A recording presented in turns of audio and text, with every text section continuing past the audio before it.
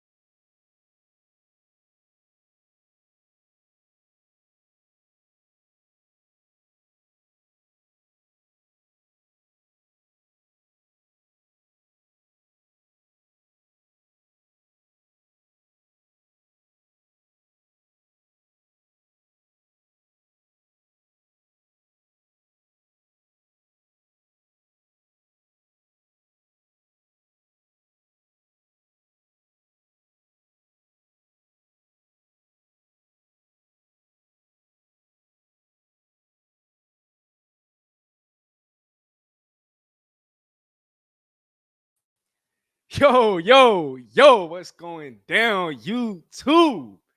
Team Steezy family, man. Thank you guys for being patient. I know I'm coming on just a couple minutes late, so I apologize for that. But hey, man, if you're new here, welcome to the channel. I'm your host, Calvin Domingo, aka Steezy A. And man, I'm feeling great. I know Seattle's coming off a dumbfounded type of loss, if that's the right way to phrase it. A puzzling loss, right, to say the least. In week 5, this past weekend against the New York freaking football Giants. I'm not sure what the spread was prior to the game, but obviously, as you guys know, their best player didn't even play. Malik Neighbors, their starting running back, their RB1, Devin Singletary didn't even play. And so if the spread was a little closer to what Seattle being favored by about a touchdown, I think a lot of people lost some money on Sunday, and even more 12s specifically had their hearts broken, right? Man, I'm still perplexed. I'm still in shock. But now that I've kind of had some time to kind of stomach and digest that loss, and just to kind of be able to look into what happened, why things happened the way that it did, I'm not as sad. I'm not as disappointed about the loss. I mean, if you guys read the description, and this quote is via Mike Dugar of The Athletic, Leonard Williams said it himself. This team, and maybe he's speaking for others, maybe he's not, this team overlooked the New York Giants. And with the San Francisco 49ers on deck in just a couple of days, this coming Thursday in Seattle, that could have very well been a possibility that Seattle was looking ahead to its next opponent. And quite frankly, they underestimated the New York Giants. And that's what ended up happening.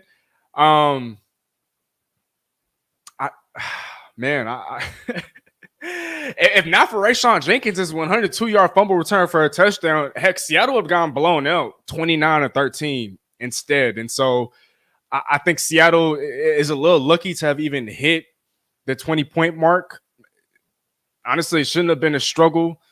But at the same time, and I felt this way heading into the new year, heading into the new season, the Giants were going to have one of the better front sevens in all of football. And led by the three-headed monster that is Dexter Lawrence, who had 3 of the Giants' 7 sacks on Sunday. Brian Burns, who they gave up a lot to acquire from the Carolina Panthers, aka Spider-Man, right? I've always been fascinated by his game. One of the best pass rushers in all of football. He's gone out to a slow start this year. And last but certainly not least, Kayvon Thibodeau. An offensive line as inexperienced and just not on the same level as that front seven of the New York Giants. I mean, Shoot, I should have known. We all should have known, right? It was only a matter of time before the Giants and their front seven and some of those guys that they have on defense, particularly the three guys that I mentioned. It was only a matter of time before those guys were going to go off. And so, when you drop back 40 plus times, and when you're only running the football with your running backs, 7 times? I mean, there's gonna be a lot of opportunities for those guys to wreak havoc, and wreak havoc was what they did. And so there's a lot to talk about. And I apologize for not having gone live. I didn't put out a show for you guys last week. Again, I don't have a guest for you guys again this week. That will change in the coming weeks, so definitely stay tuned and look forward to that. It's a little dirty over here.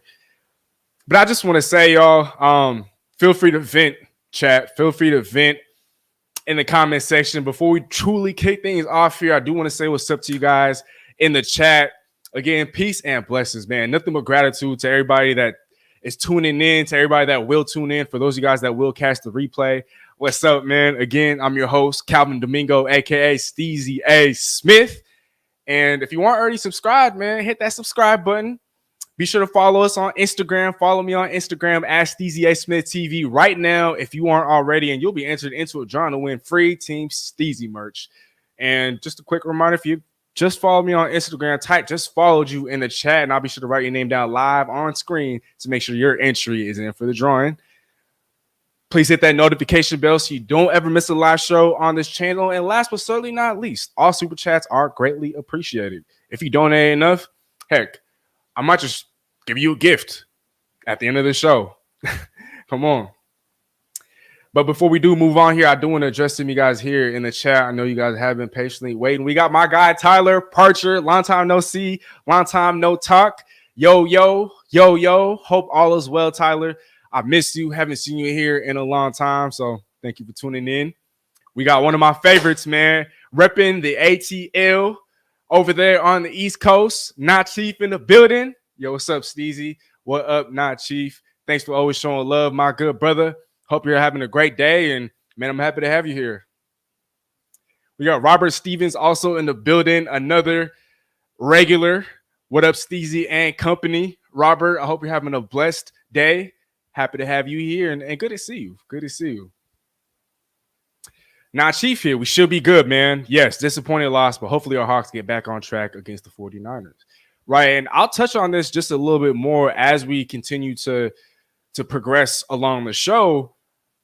And you guys will probably have read this in the description, but for me, the way that I look at it is, yeah, these last 2 losses have hurt. Yeah, these last 2 losses have kind of put Seattle's 3-0 start to the season behind us, and it's looking more and more like a distant memory. To some, it's looking like a mirage. To others, it's looking like they're being proven right? And so the way that I'm approaching these last 2 losses, the way that I'm looking at it is a chance, as an opportunity for this team to grow and to build, right? It's only, and how do I phrase this? In life, right? You find out what sort of man you are when you go through adversity.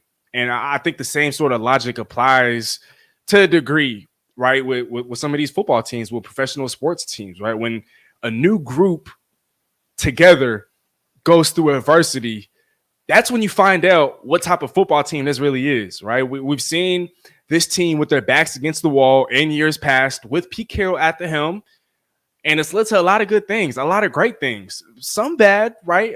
But for the majority, for the most part, primarily nothing but good things when this team has had their backs against the wall in years past. And so for me, it's like, it might sound a little weird, but I'm actually a little excited to see this team going through a rough patch. I'm a little happy to see that this team has lost 2 in a row, not because I don't support the team, not because I don't want to see this football team win, but because I want to see how this team handles adversity as a group. And if they're able to come out on the other side, like other iterations of the Seahawks have in years past, then these last couple of games, yes, there will be losses as far as the standings, but there are no real losses in life, only lessons. And I think you can kind of apply that in football. And so, look, like I said, couple days from now, the San Francisco 49ers will be in town for Thursday night football.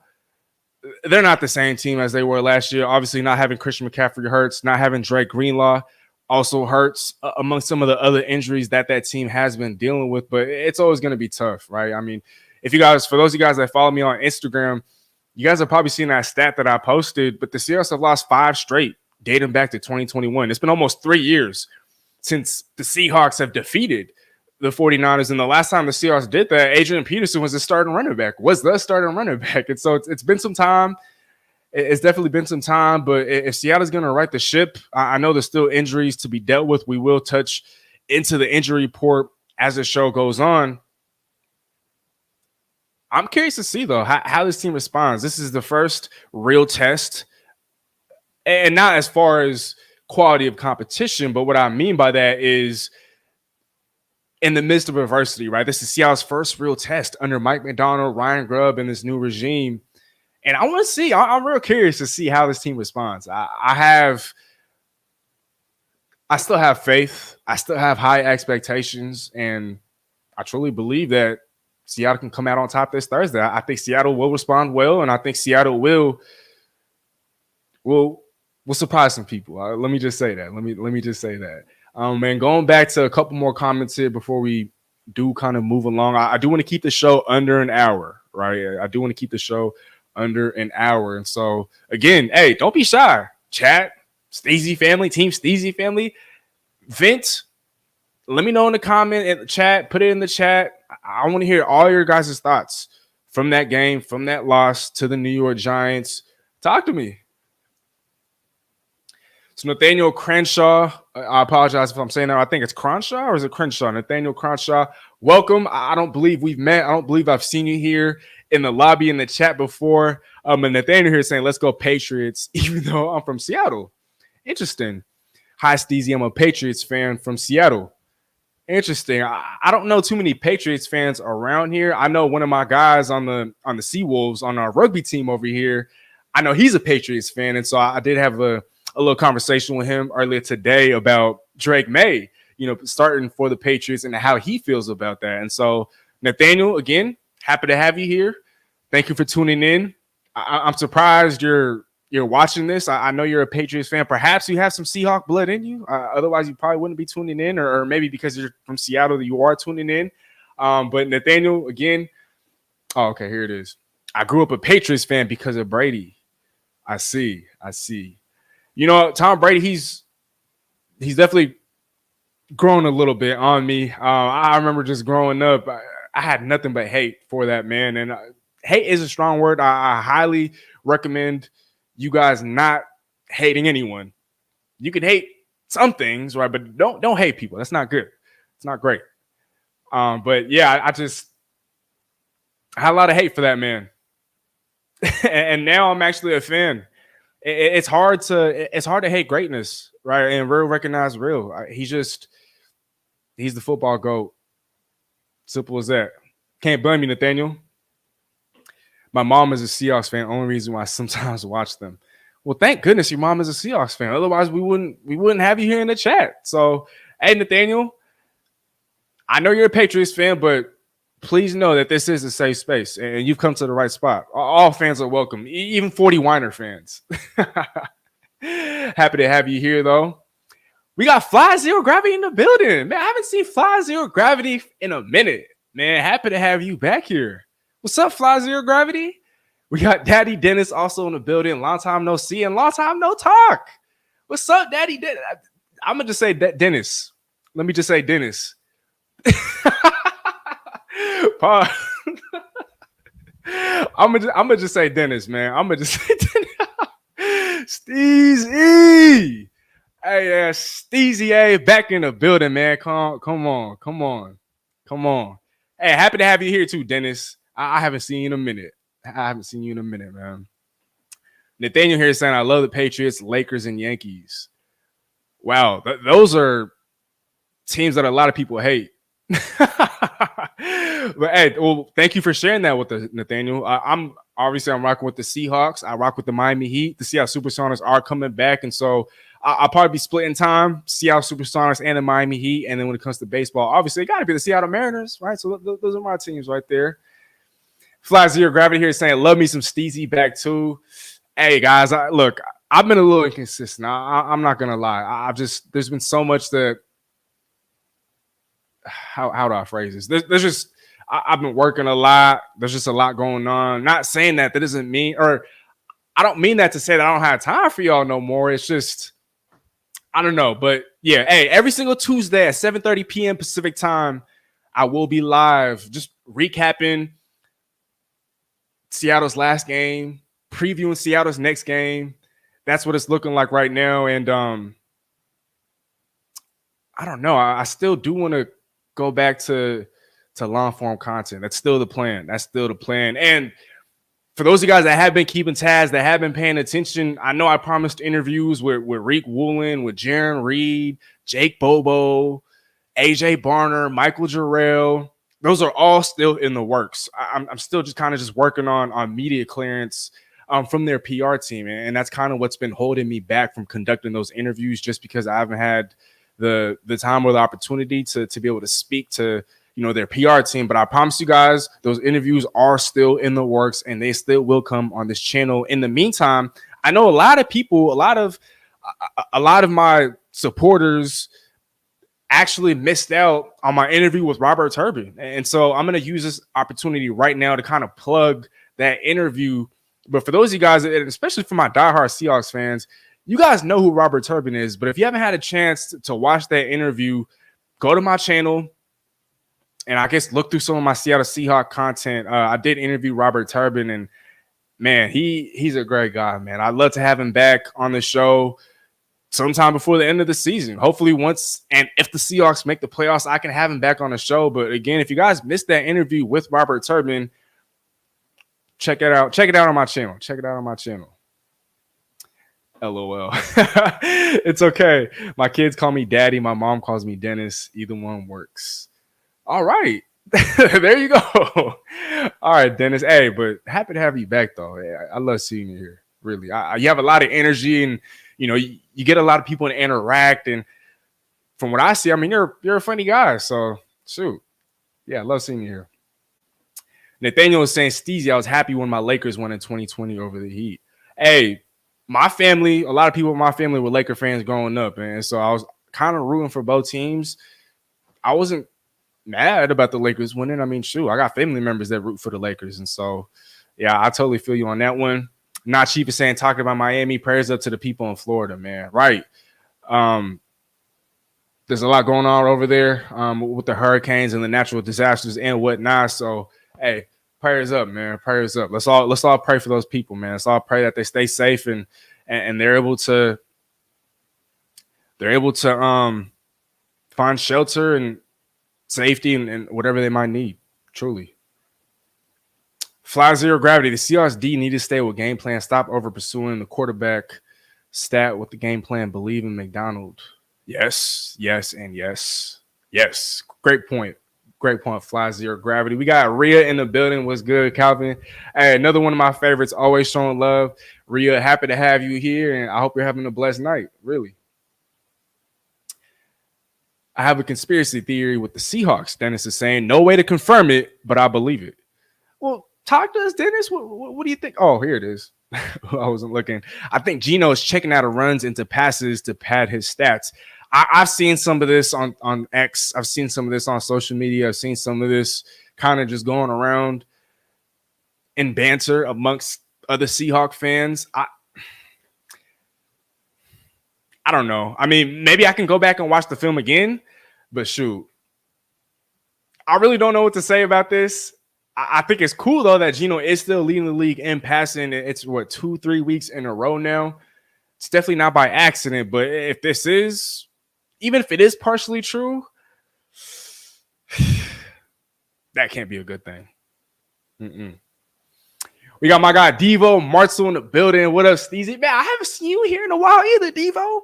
I'm seeing a lot of familiar faces, and man, that's definitely brightening up my day. I've already been having a great day. Every day is a great day. Every day is a blessed day. But man, to see all these familiar faces, man, that definitely puts a smile on my face. And so, Devo, happy to have you here. Long time no see, long time no talk. And, man, let's go Hawks, baby. Thank you for tuning in. Okay, Fly Zero Gravity here saying that Rodgers get Jets coach fired. I think so. Hey, look, we'll never know. But you guys want to hear a fun fact? Aaron Rodgers and I, we have the same birthday. I'm going to just leave it at that. Okay, last one here, and I will address the rest of the comments as we get further along the show. But I think it's a little important that we get back into, what I had planned for you guys. But we got my guy Alan A in the building. Long time no see. Salute Steezy A. Go Hawks. Hey, Alan A, another familiar face. Again, man, you guys are making my day, man. Happy to have you here, Alan. Blessings, peace, and blessings. I'm glad you're tuning in tonight. I know it's a work night. I know it's a school night, and you guys are instead choosing to chop it up with me. And so, man, shout out to the chat, man. Shout out to everybody that's here, and shout out to everybody else that will tune in, that will catch this later on. But I love conversing with you guys. Truly, man. Truly. And so, for the comments that I didn't get to, chat, don't fear. Never fear. I will get back to you guys later. But Alan, happy to have you here, brother. All right. Like I said earlier, if not for Rayshon Jenkins' 102-yard fumble return for a touchdown, and some people are already looking at that as a questionable score, right? Some are saying that Eric Gray scored a touchdown before the ball was knocked loose. And this isn't even me being biased, I thought it was actually truly a fumble. And in real time when it happened, I like to think that I knew it was a fumble. So I don't know, chat. You guys let me know. Let's not be biased here. Man, I'm sweating. I don't know if y'all could probably see that. Shit, I need a fan. Yeah, it's getting hot now. What was I saying? Okay, Eric Gray. So, chat, you guys let me know what you think. I don't know what you saw. I know my eyes aren't deceiving me now, but I actually, in real time, I saw a fumble. Right before the ball is about to cross the plane is when he loses possession. That's what I saw. Chat, talk to me. And while you guys are doing that, I'm going to put this stat up. For those of you guys that follow me on Instagram, you've already seen this. If you follow me on X, you've already seen this. If you follow me on all platforms, this has been talked about ad nauseum. But I thought this was a very unique stat. Obviously not in any sort of way that benefits or is positive from a Seattle Seahawks perspective. But interesting and fascinating nevertheless. The New York Giants finished with more sacks in Week 5 than Ken Walker had carries. To make it worse, they had the same number of sacks as Seattle gave running backs carries. 7. Both those numbers are 7. Zach Charbonnet had 2 carries. Ken Walker had 5. The Giants had 7 sacks. Seahawks running backs had 7 carries.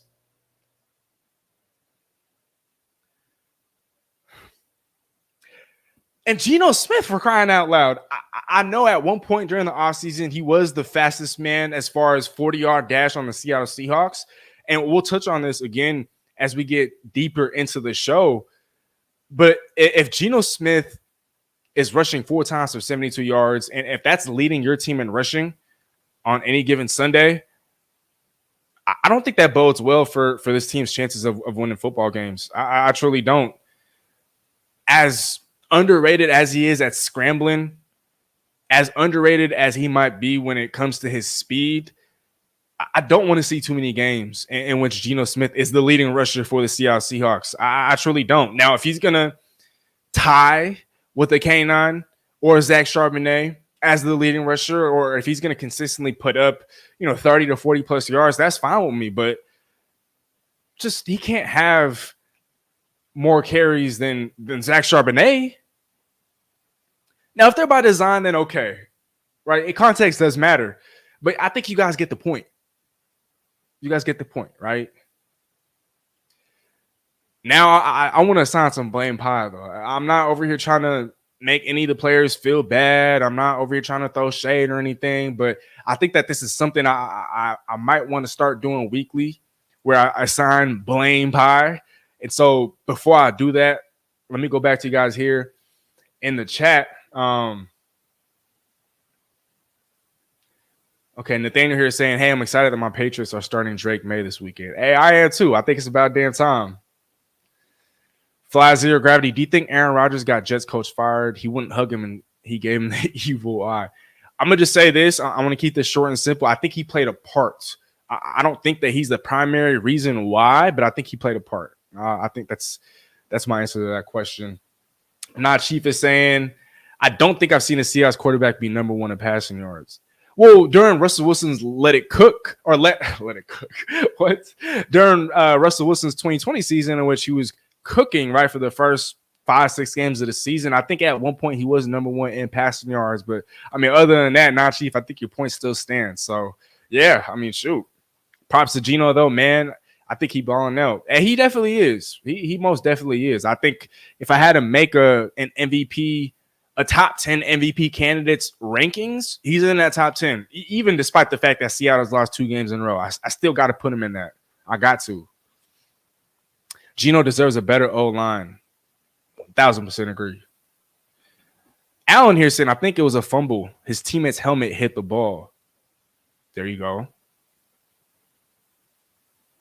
Okay, Nathaniel saying goodbye. Came to say hi. Go Patriots, Lakers, and Yankees. And don't forget, go Seahawks. Go Hawks, baby.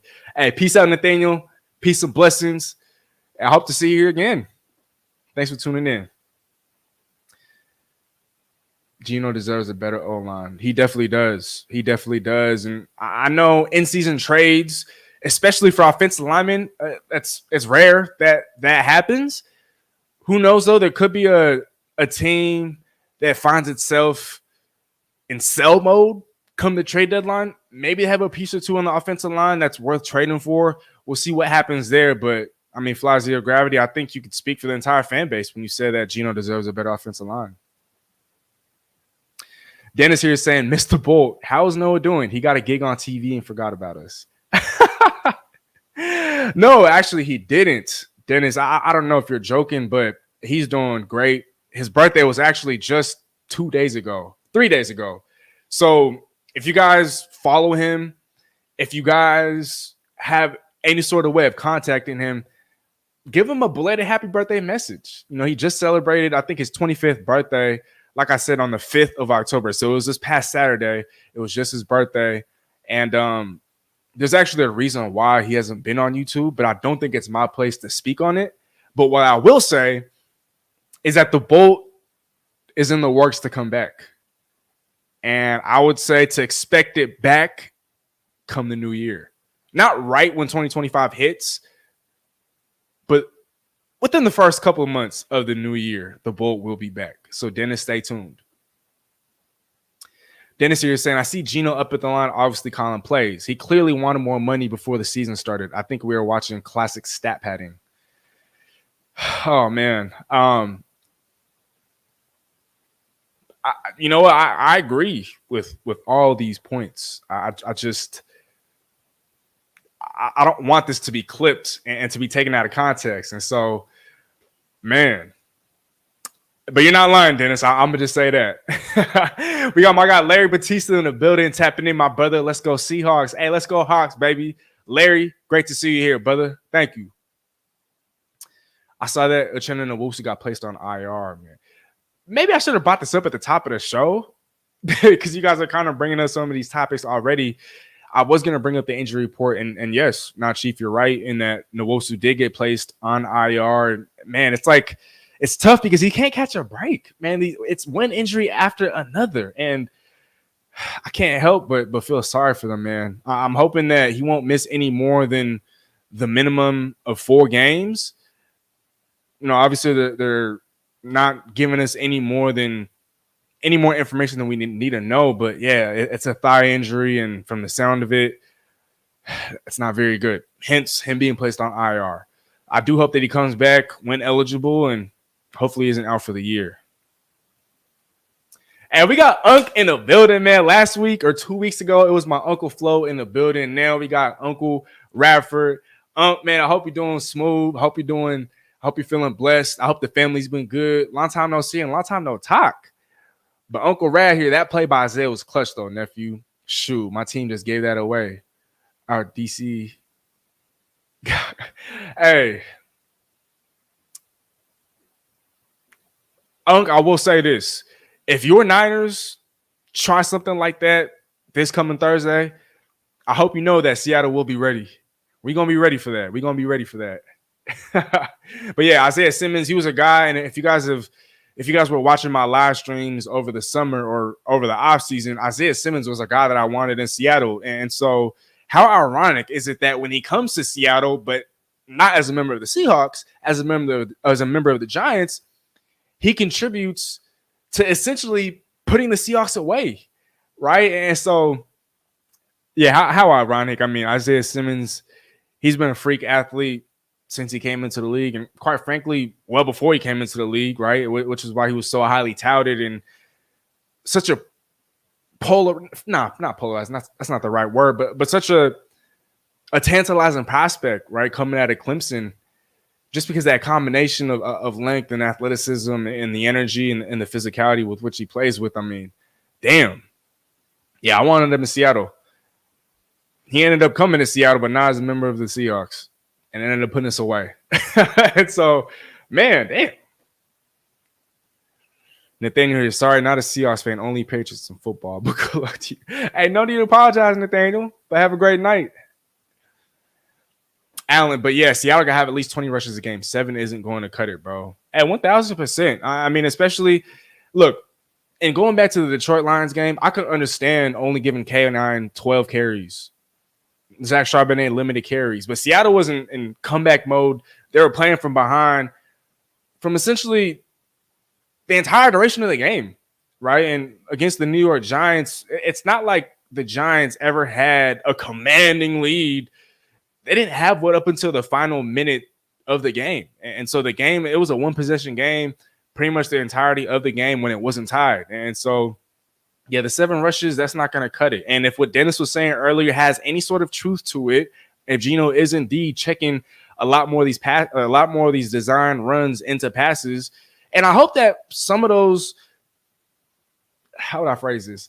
I would hope that in making that decision or in making those decisions that he's actually doing it because he sees favorable coverage, right? And not to stat pad. I would hope that that's not the only reason why he's changing on these plays, not to stat pad, but because he sees favorable coverage. But going back to what I was saying, I mean, yeah, 7 carries, that's never going to cut it. Simply put. Oh, and we celebrated a birthday. Dennis's birthday was on Friday. Noah's was on Saturday. So your birthday was October 4th. Dennis, happy belated birthday. I hope you got to celebrate accordingly. More life, more blessings, and thank you for sharing that with us. Hey, chat. I know it's a little late, but let's show this man some love, man. Give him some late birthday love. Uncle is saying our DC gotta go, man. Hey, it's kind of tough to just put this all on one player. And obviously, Dre Greenlaw is a huge part to your guys' success, Unc. And I'm talking about the 49ers because he is a 49ers fan, unfortunately. I think, look, if Seattle goes off this Thursday offensively, if it's a fireworks show, if it's a light show, then yeah, I think Unc San Fran might look into it a little bit more about him potentially going. But I think he still deserves another couple of games to show what he got. All day, fam. Yes, sir. I can't wait, nephew. Hey, none of us here in the chat can wait either. I can't wait. It's going to be a great game. Dennis here with a great point. Truth sets us free. Amen. Immortal EO Tech in the building, man. What's up? Seahawks almost came back and won that game, which is kind of impressive. Which is kind of impressive when you think about it. Oh, no doubt about that. I mean, there were a couple of fluke plays. That block kick, I mean, that block field goal, that was most certainly a fluke play. But if we're talking about fluke plays, I mean, the Rayshawn Jenkins fumble return for a touchdown. I'm not saying that was a fluke play, but because everybody was confused, right? They didn't really know what to do. And so if we're talking, and I'm not saying you are, but if in general we're talking about fluke plays, I mean, one can point to Seattle having a fluke play on Rayshawn Jenkins' touchdown. And so Yeah, Seattle almost came back, but I think at the end of the day, bottom line is I'm fine. I'm fine with the loss, right? Because like I said at the top of the show, there's never any real losses in life. There's only lessons. If as far as perspective, you're willing to go there, right? And so I think that if Seattle can kind of regroup and come together as a group and respond in a positive way, because look, like I said earlier, every man, every person, every team finds out who they really are in the face of adversity. And so with Seattle having played so horrendously defensively, with the game plan being all out of whack, no, Seattle didn't deserve to win that game. Even though Seattle almost came back to win it, that is impressive, sure, but they didn't deserve it. Simply put, those are my thoughts. Daddy Dennis, rookie college coach and rookie NFL coach letting the seasoned vet Geno get away with it. Oh, shoot. I think it's both. Well, to that, I'll say this. People do forget that Mike Macdonald is still a first-time head coach in the National Football League. People do forget that Mike Macdonald is the youngest head coach in the National Football League. People do forget that Ryan Grubb is a first-year offensive coordinator in the National Football League. And first-year coordinators, first-year head coaches lay an egg. It's a part of the process. It's a part of developing, maturing, growing, getting better. So there's that. Tackman Clan Killer in the building, man. What's up, brother? This game is going to be tough. Every game against the Niners, every division game is tough. But yes. All right, let me go back to some of the things that I wanted to address here before I go back to the rest of you guys in the comments. But it's time to assign and hand out some blame pie. So I'm going to just put it up on the screen for you guys. If I had to assign blame pie for Week 5's frustrating loss to the Giants, DK Metcalf, Mike Macdonald, Ryan Grubb, and Trey Brown would receive the biggest slices.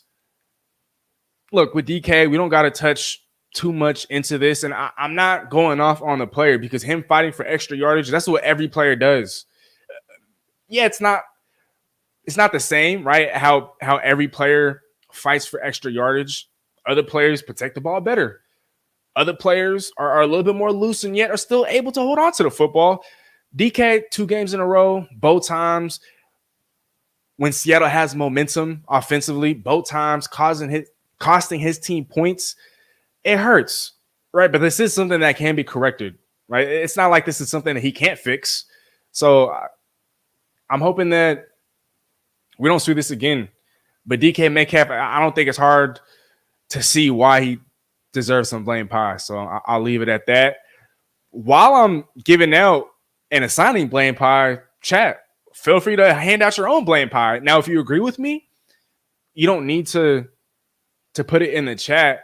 But if you have other pieces of the blame pie that you want to hand out to other members of the team, then feel free to do so in the chat. So while I'm waiting for you guys to do that, Mike Macdonald, he's the one calling the plays. He's the one calling the shots. Not only is he the head honcho, but he's calling the shots on defense. And that game defensively was horrendous. Daniel Jones looked like an all-pro.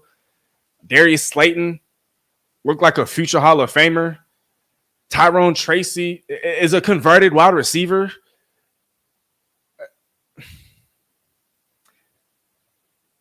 Yeah, defensively, it was a letdown. Not only were there huge lapses in coverage, missed tackles, not being able to generate any sort of pressure whatsoever, not being able to stop the run, not being disciplined as far as containing the edge, not being disciplined as far as being responsible for your gaps. I mean, everything went wrong defensively. Did it not? I mean, what went right defensively other than Rayshawn Jenkins' fumble return for a touchdown? What went right defensively?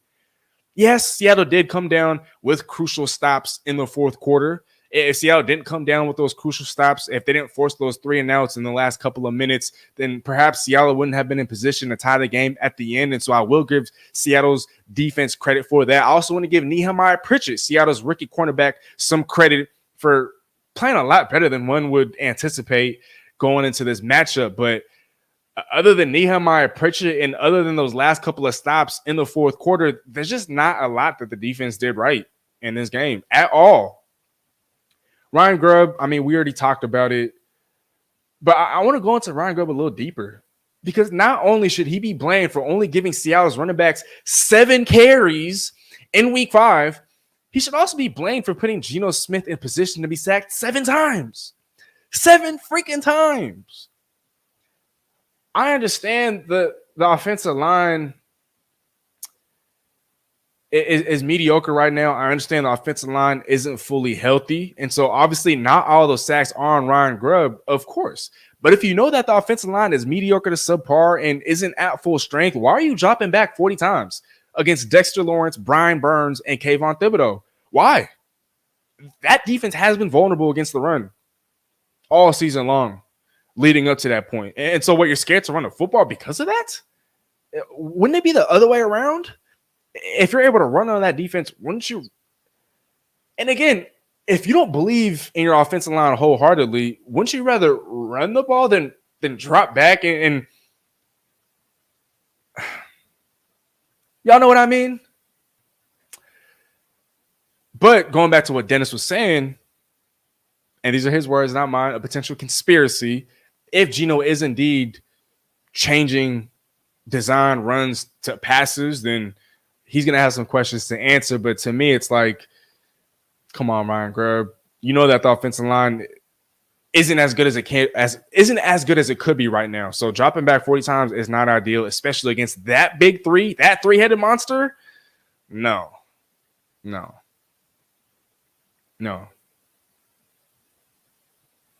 Last but certainly not least, along with DK Metcalf, along with Mike McDonald, along with Ryan Grubb, Trey Brown. Trey Brown also deserves a piece of that blame pie.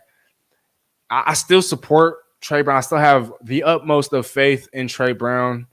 He's been absolutely phenomenal ever since he's been in Seattle. The only real issue is his inability to stay healthy. But aside from that, I mean, I'm a big fan of Trey Brown, and I think the future is still bright for Trey Brown. Like he said on X, y'all, and I'm not talking about you guys, but he's referring to the 12s, the fan base. Everybody was waiting for him to have a bad game. Everybody was waiting for his downfall, and now he's being attacked mercilessly because of it. We don't have to go too far and picking him apart, but I think there's nothing wrong in stating the obvious. He had a horrendous, pathetic game against a receiver in Darius Slayton, where if not for Malik Neighbors' concussion, Slayton probably wouldn't have gotten a lot of playing time. And this isn't a knock against Darius Slayton, but prior to week 5, Darius Slayton hadn't eclipsed 56 yards in any game this year. And so for him to pop off to the tune of 8 catches for 122 yards and a touchdown, where Trey Brown was the primary cornerback opposite of him, that's unacceptable. That is just unacceptable. But I know that he will be better. I'm still rooting for you, Trey Brown. He will be better. I know that. Enough negativity, though. A couple more things, a couple more points here about the Giants before we do move into a mini preview of that Thursday night football matchup against the San Francisco 49ers. So I'm going to end off this Giants-Seahawks recap on a positive note. Geno has wheels. And I know this might sound a little contradictory because earlier I was talking about how if Geno Smith is leading your team in rushing for the day, chances are your team probably isn't having a winning day. But I still have to – this has to be known. I mean, I got to put this out there. Yes, he led the team in rushing on the day, right, with four carries for 72 yards. But I think if the Seahawks want to sprinkle in some creativity into the rushing attack, use him more, right? We could use more RPOs, read options, more designed runs for Geno Smith.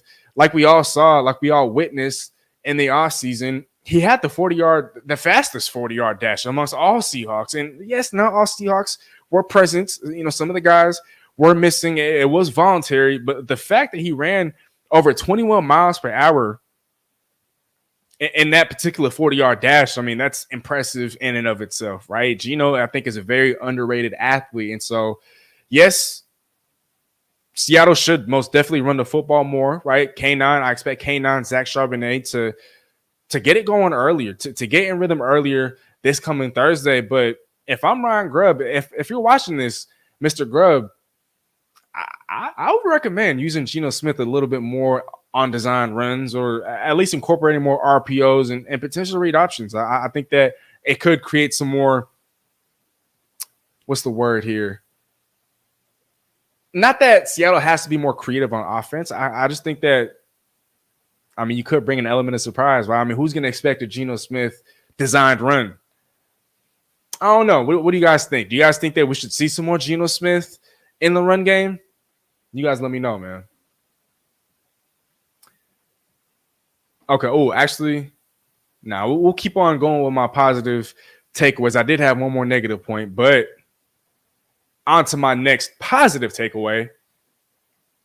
Even while barely possessing the ball on offense, Seattle had the ball for 22 minutes and 38 seconds compared to New York's almost 40 minutes.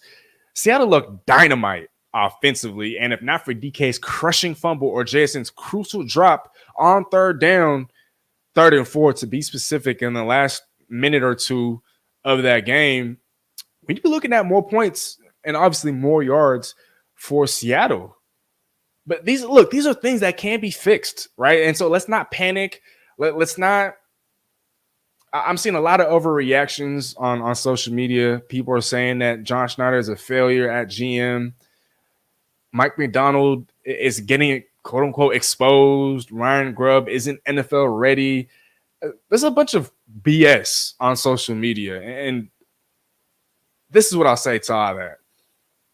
A lot of these things can be fixed. Maybe some things like the offensive line can't necessarily be fixed in the middle of a season, but I mean, DK and ball security, I think that's something that can be worked on. JSN, he's not really known for dropping the football or for dropping passes, and so that's not even anything to really worry about. But again, Seattle looked absolutely dynamite offensively, and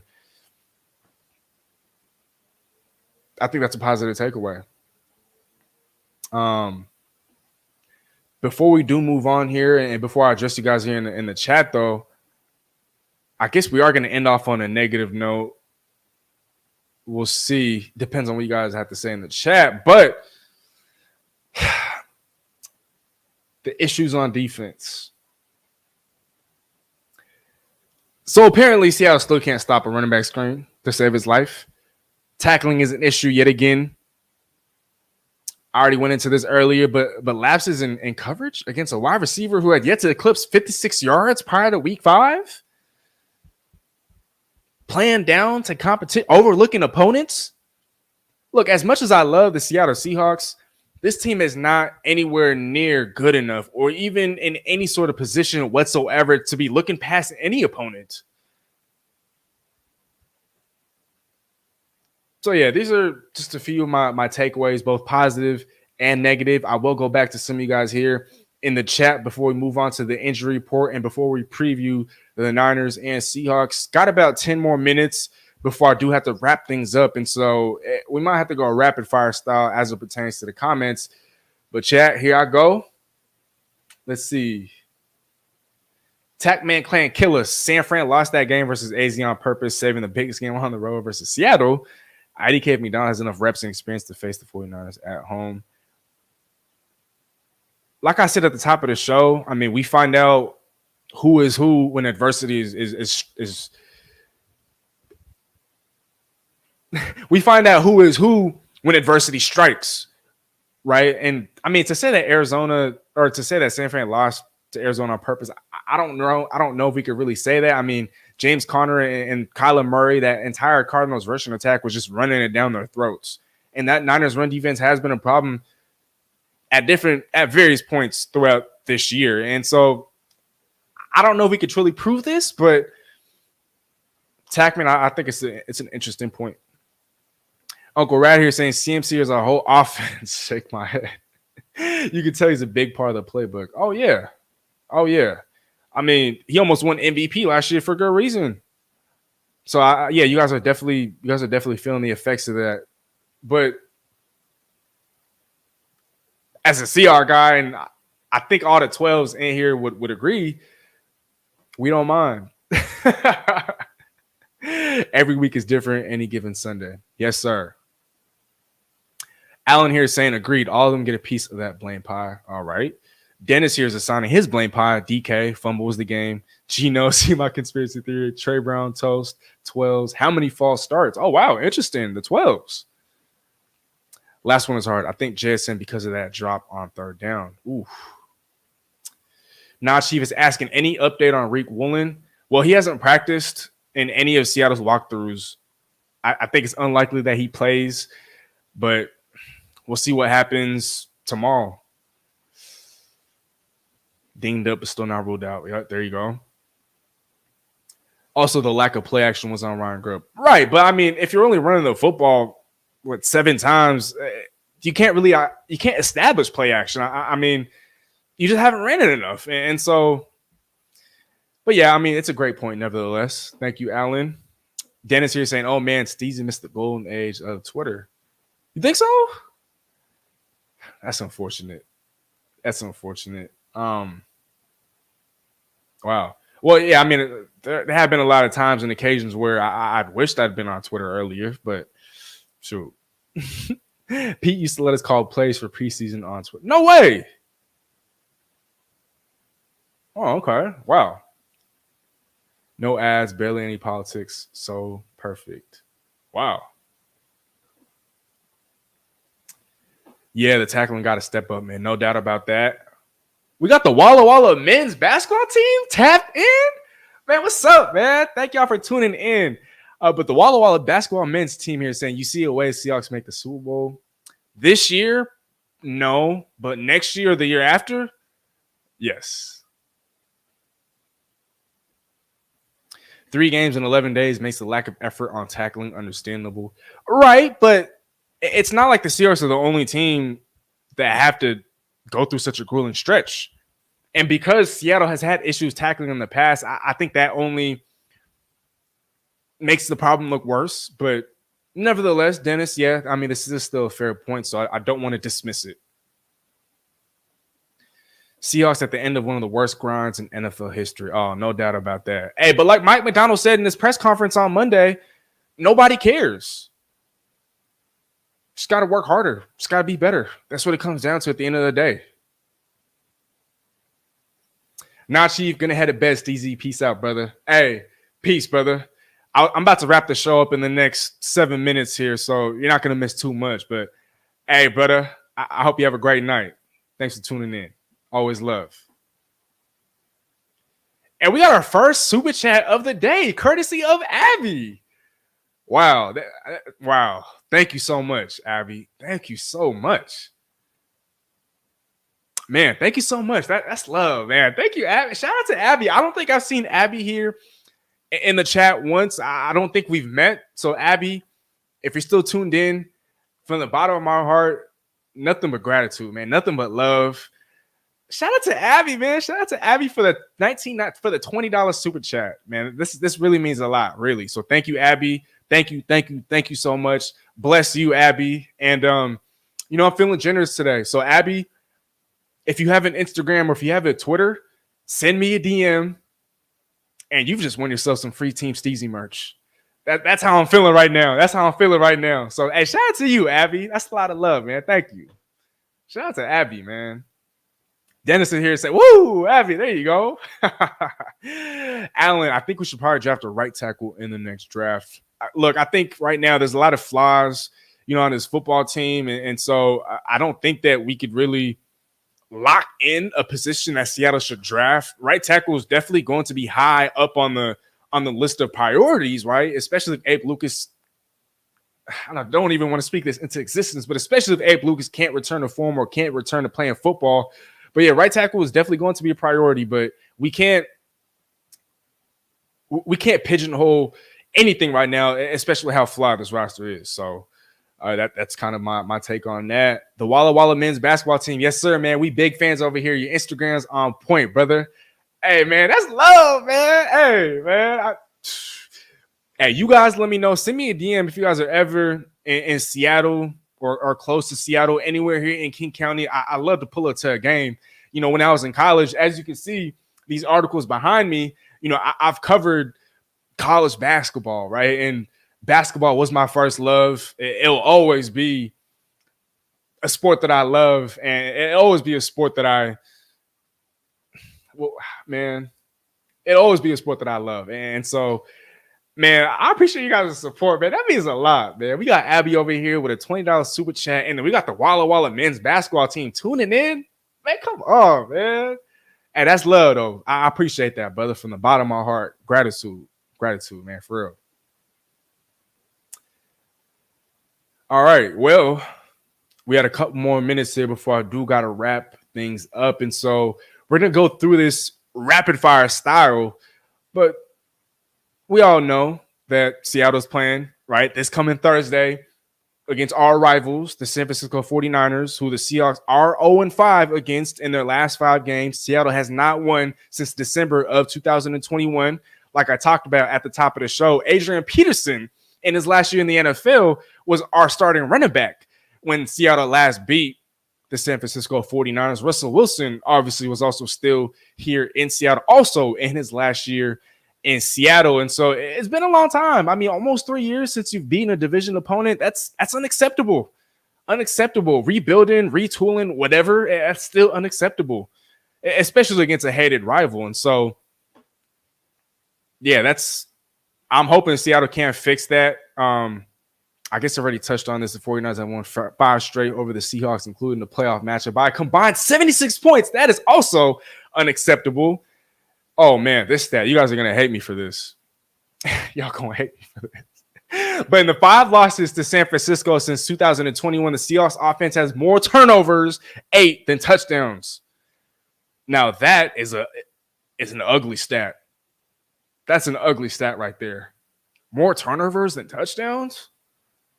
Oh, my gosh. Oh, my gosh. Hey, man, before we wrap up this show, drop your guys' score predictions down below. Chat, I'll put it up on the screen. For me, I'm not going to put mine up on the screen.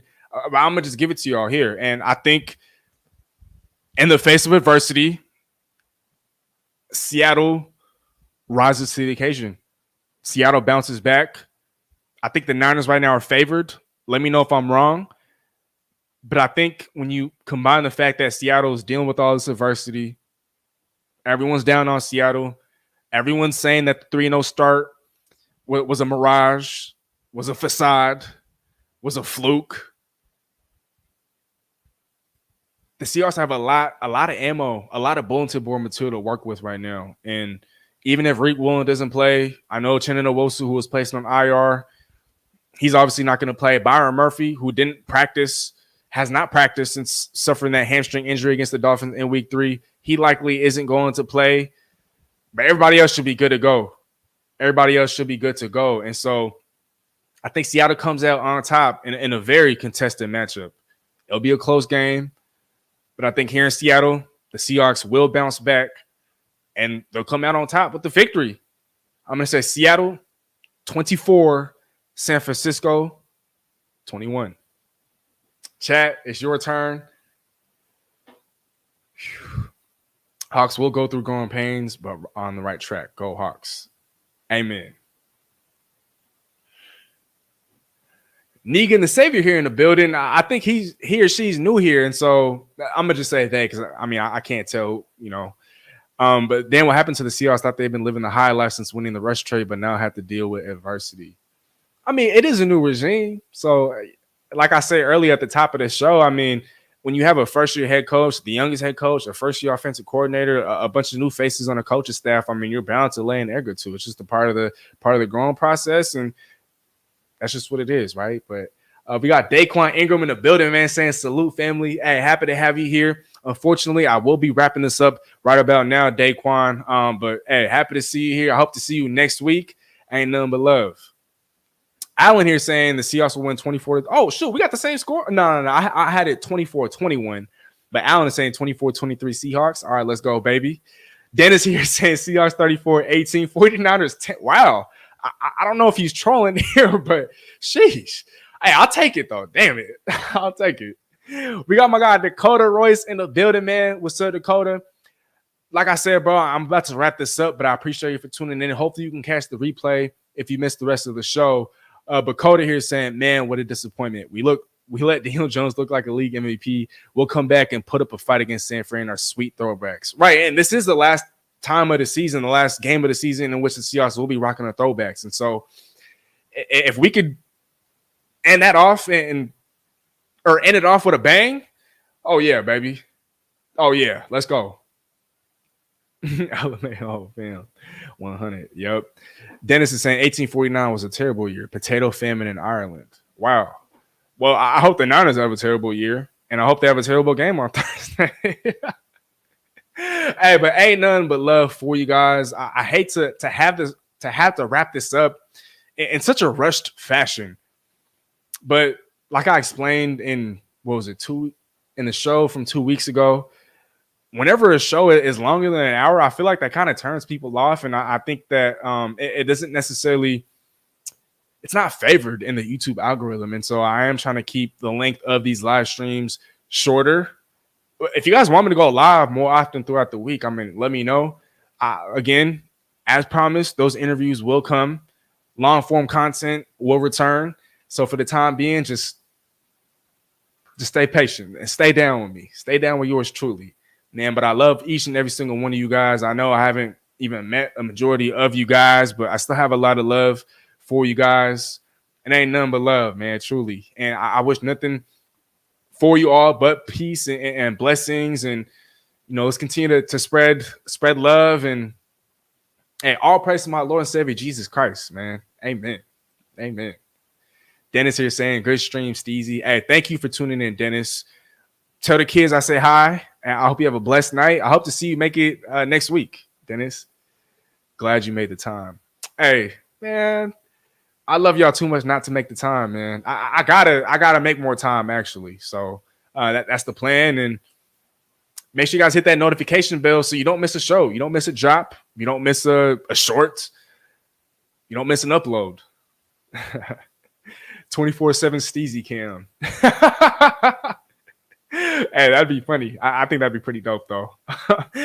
Most def. Nice chopping up with you tonight, Steezy. Stay blessed, man. Hey, you too, Alan. You too. Much love, y'all. Last comment here. It's because this new generation is all impatient. Everything is digital and want everything here and now. And I'm 34. LOL. Hey, well, Negan the Savior, you're not wrong, right? And I think part of that, I'd have to blame on the invention of the microwave. Everybody wants everything in microwave fashion now, right? Like you put something in and you get it out within seconds. And unfortunately, that's kind of what society is gotten to, and it's tragic, but hey, all we can do is hope for the best and pray and stay positive and just continue to put great energy right into the world and into the people and into our surroundings. So hey, I'm gonna end it off on that. Fly Zero Gravity, love your show, love you too. Hey, nothing but love, man, for real. Abby, if you're still tuned in, send me a message on Instagram or Twitter. I want to get you your Steezy merch, whether you want a shirt or a hat. You let me know. Salute, chat. All right, y'all. Well, that's it for me. As I like to say, Steezy out, baby. Again, this video is going to be dedicated to Mr. Todd Nas. While that concludes this video, we have loads of other content. You don't have to stop watching there. Other content on our channel homepage, as well as our social media platforms. And again, don't forget to hit that subscribe button for us. Tell a friend to tell a friend. Nothing but love, and Steezy out.